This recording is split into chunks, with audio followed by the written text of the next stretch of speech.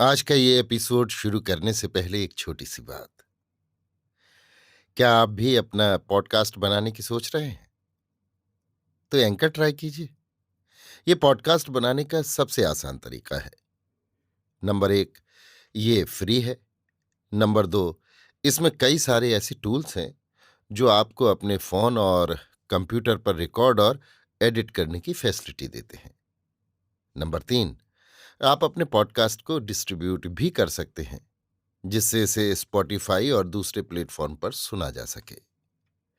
तो डाउनलोड कीजिए free anchor app या विजिट कीजिए anchor.fm पर अपना पॉडकास्ट स्टार्ट करने के लिए। ये तो थी एक छोटी सी जानकारी, और अब शुरू करते हैं एपिसोड का सिलसिला। तो आज के एपिसोड में लीजिए सुनिए आचार्य चतुर्सेन शास्त्री के लिखे उपन्यास वयम रक्षामः का भाग 96, अभियान, मेरी यानी समीर गोस्वामी की आवाज में। सुग्रीव ने कूच के नगाड़े बजवा दिए। सबसे आगे सेनापति नील अपने अग्रगामी दल को लेकर चला। सुग्रीव ने कहा, सौम्य, तुम पथ प्रदर्शन करो, पथ परिष्कार करो, दुर्गम स्थल को गम्य बनाते चलो। ऐसे मार्ग का परिशोध करो जिसमें यथेष्ट जल, फल, मूल आहार प्राप्त हो जाए, सन्निवेश की सुविधाएं हों, शीतल जल और मधु यथेष्ट मिल सके, शत्रु मार्ग में आहार को दूषित न कर सके। आसपास की दिशाओं की सुरक्षा का भी ध्यान रखो। मार्ग के गढ़े, गहर, दुर्ग, वन सभी का परिष्कार करो। स्थान स्थान पर चौकियां स्थापित करो। पथ प्रदर्शकों के यूथ बनाओ। सावधान रहो कि आगे चलने पर पीछे से शत्रु के आक्रमण की आशंका न हो। नील के यूथ शत सहस्त्र दल बनाकर अपने अपने कार्य करते आगे चले और उनके पीछे समुद्र के समान वेगशाली वानरों की अथाह सैन्य चली। पर्वताकार गव, गवय और गवाक्ष अपने यूथ ले आगे बढ़े। सेनानायक ऋषभ वानर सैन्य के दक्षिण पक्ष की रक्षा करते चले। मत्त गजराज के समान दुर्जय गंधमादन सेना के वाम पार्श्व रक्षक बनकर चले। सेना के मध्य भाग में ऐरावत के समान हाथी पर श्रीराम चले। उनके आगे पीछे अंगरक्षक दाएं बाएं हनुमान, लक्ष्मण तथा युवराज अंगद चले। उनके पीछे वानरराज सुग्रीव मंत्रियों और सेनापतियों सहित। सबके अंत में सेना के पृष्ठभाग की रक्षा करते महाविक्रम ऋक्षराज जांबवान, सुषेण और वेणदर्शी वानर यूथपति अपने यूथों सहित चले। संपूर्ण सेना का अधिनायक सुग्रीव सेनापतियों, गुल्मनायकों को आज्ञा देता चला। प्रतापी नील अपने साथ प्रजंग, वलिमुख, जंभ और रक्षक को लिए बड़े संयम और चातुर्य से आगे आगे राह बताते तथा पथ प्रदर्शन करते जा रहे थे।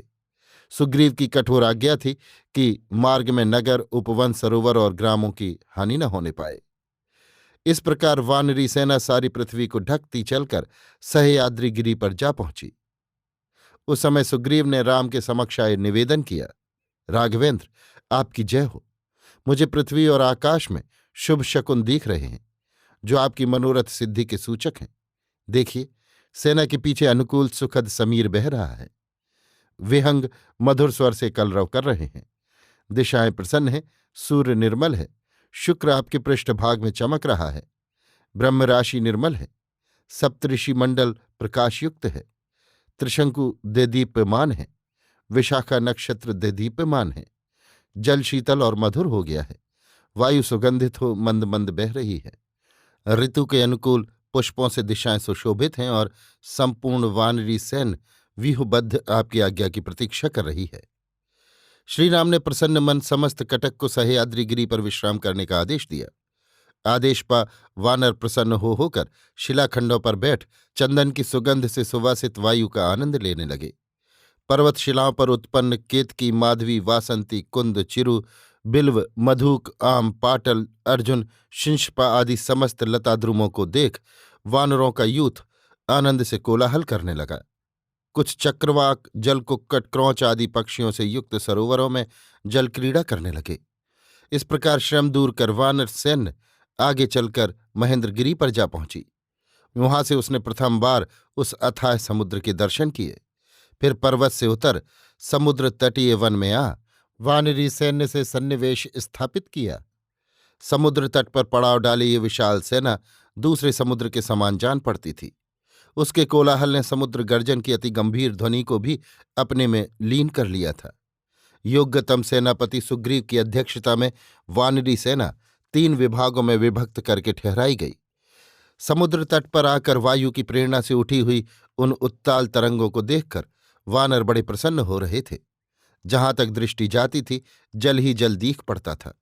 समुद्र के बीच में कहीं भी भूमि नहीं दीख पड़ती थी। विशालकाय जल जीवों से भरा ये समुद्र फैन के कारण हंसता तथा उत्ताल तरंगों के कारण नाचता सा दिख रहा था। उसमें प्रदीप्त फनों वाले सर्प, विशालकाय तिमिंगिल आदि जलचर और स्थान स्थान पर पाषाण शिलाएं दिखाई दे रही थीं। वो अगाध जलधि सर्वथा दुर्गम था। दूसरा तट न दिखने के कारण समुद्र और आकाश परस्पर मिले हुए जान पड़ते थे। असंख्य रत्नों से युक्त समुद्र और असंख्य तारागणों से व्याप्त आकाश में कोई अंतर नहीं रह गया था। समुद्र में उठने वाली भयंकर लहरें आपस में टकराकर जो गंभीर शब्द करती थी, वो आकाश में बजते हुए नगाड़ों की सी ध्वनि मालूम पड़ रहा था। वायु वेग के कारण उस समुद्र में इस समय बड़ा कोलाहल मचा हुआ था। बड़ी बड़ी लहरें उठकर परस्पर टकरा रही थीं। इन लहरों के कारण चंचल और उद्वेलायमान होते हुए समुद्र का वो दृश्य देख वानर दल चकित हो रहा था।